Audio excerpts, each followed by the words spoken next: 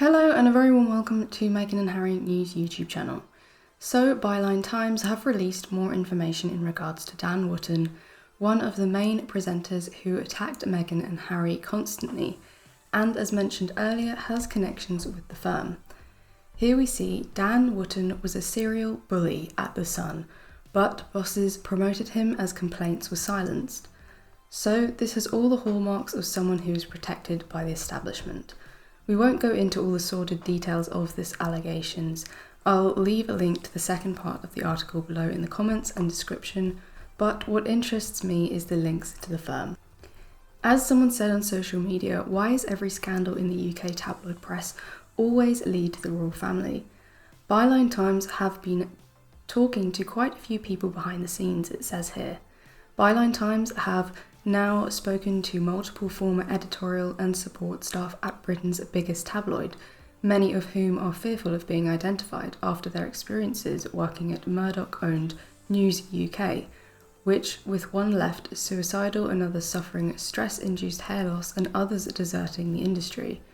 If you read the article, it is a long list of people who have been affected by Wootton, but what is interesting is this connection mentioned here.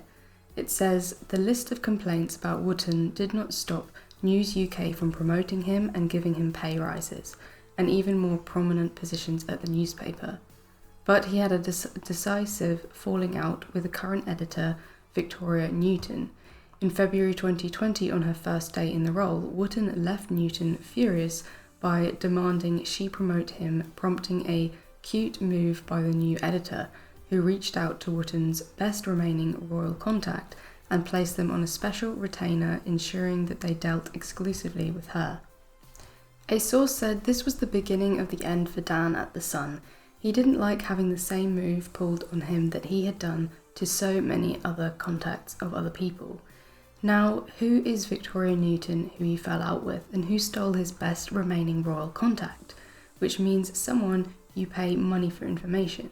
Well, this is Victoria Newton here with Charles, and interestingly enough, it was Sun editor Victoria Newton that was picked to spend the day with him, his last day as the Prince of Wales. And wasn't it Victoria Newton, the same editor who passed Jeremy Clarkson's vile, misogynist article about Meghan Markle, resulting in a record number of complaints to Ofcom? Yes, it is. It is the same Victoria Newton. As already stated, why is every scandal in the UK tabloid press always lead to the royal family? Latest nonsense flying around the tabloids is the Air Force One. Every day there seems to be some silly thing that is pushed around these toxic media platforms, all manufactured and designed to make Meghan and Harry look bad and try to get the public to dislike them. This week we have had the ridiculous story of Meghan bringing a dog to a farmer's market. Now they are talking about them asking to use Air Force One. Here we see Prince Harry and Meghan weren't allowed to fly Air Force One with Biden after Queen's funeral, report says. Duke and Duchess of Sussex reportedly requested a ride back to US aboard Air Force One after Queen Elizabeth II's funeral in September. Notice it says reportedly. Who reported this? The Duke and Duchess of Sussex were reportedly denied their request to fly back to the United States with President Joe Biden on Air Force One after the funeral of the late Queen Elizabeth II.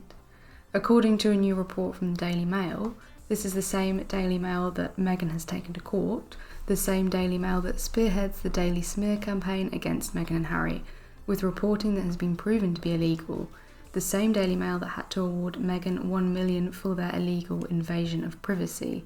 The same Daily Mail who were ordered to carry front page and home page declarations of apologies due to them invading their privacy. Yet that same Daily Mail now making these claims. I wonder if they have a name associated with these allegations. It continues, sources claim that Prince Harry and Meghan Markle's request to accompany the president back to the US in September 2022 was a non-starter and there was barely any discussion about the request. It would have caused such a commotion, another source alleged to the outlet. It would have strained relations with the palace and the new king. So these reports are coming from sources, and from a look so far, they are unnamed ones, anonymous sources, the same old anonymous sources that have told endless lies in the past. in countless stories across numerous media platforms. Then the article continues to talk about Meghan and Harry's connection to the Bidens and introduces something about the Invictus Games. This is done to confuse matters for the reader so that they don't focus on the fact that the initial allegations come from complete anonymous sources and are most probably completely fabricated. Both the Sussexes, President Joe Biden and First Lady Jill Biden, attended the funeral of Queen Elizabeth II on 19th of September. The late monarch's state funeral gathered together hundreds of world leaders, diplomats and international royals at Westminster Abbey in London. Months earlier, First Lady Jill Biden was reportedly invited to attend Prince Harry's Invictus Games, which were held in the Netherlands in April 2022. However, the college professor allegedly declined the invitation amid concerns that the royal family would have been offended by her presence there. She wanted to go, a source claimed to the Daily Mail, alleging that British officials conveyed to National Security Council staff that they thought the idea to attend the games would land badly with Buckingham Palace. This is your typical strategy when reporting an incident claimed by an anonymous source. This will include other stories to pad it out and to muddy the waters of the story, so that you don't focus on the fact that this is a completely unsubstantiated claim from someone who is not named, from one of many tabloids who do this over and over again, only to be shown later on down the line that what they have said and the anonymous insider is completely fabricated. Let me know your opinion down in the comments below.